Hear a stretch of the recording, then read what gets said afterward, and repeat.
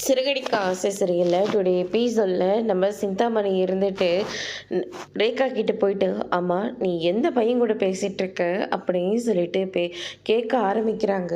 அதுக்கு அடுத்ததான் என்னமாச்சு, ஏதாவது பிரச்சனையா அப்படின்னு சொல்லிட்டு ரேகா வந்து கேட்கவும், சிந்தாமணி இருந்துட்டு இனிமேல் உனக்கு என்ன தேவை இருந்தாலையும் அது எங்ககிட்ட மட்டும்தான் நீ பேசணும்.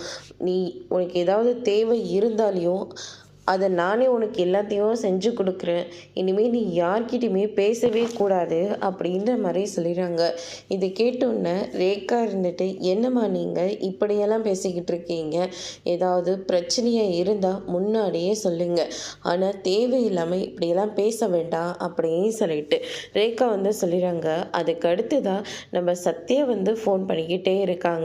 சரிம்மா, அப்பாவோட ஆஃபீஸ்லேருந்து ஃபோன் வந்துக்கிட்டே இருக்குது, நான் கிளம்புறேன். அதே பையன்தானா? ஆமாம்மா, நீங்கள் சொல்கிற அதே பையன்தான். போதுமா, நான் கிளம்புறேன் அப்படின்னு சொல்லிட்டு ரேகா அங்கேருந்து கிளம்பிடுறாங்க. அதுக்கு அடுத்து தான் சிந்தாமணி ரொம்பவே கோவத்தில் இருக்காங்க. எனக்கு என்னமோ அந்த பையன் மேலே தான் சந்தேகமாக இருக்குது. அந்த அம்மா சொன்னது இது வரைக்கும் எல்லாமே நடந்திருக்கு.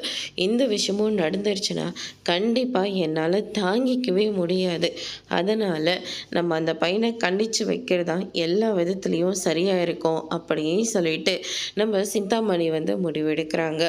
அதுக்கு அடுத்ததான் இந்த பக்கம் நம்ம அருண் இருந்துட்டு முத்துவை பற்றி ரொம்பவே தப்பாக சீதா கிட்ட வந்து சொல்லிக்கிட்டு இருக்காங்க. அதோட இன்னைக்கான பிரமோ முடிச்சிருக்காங்க.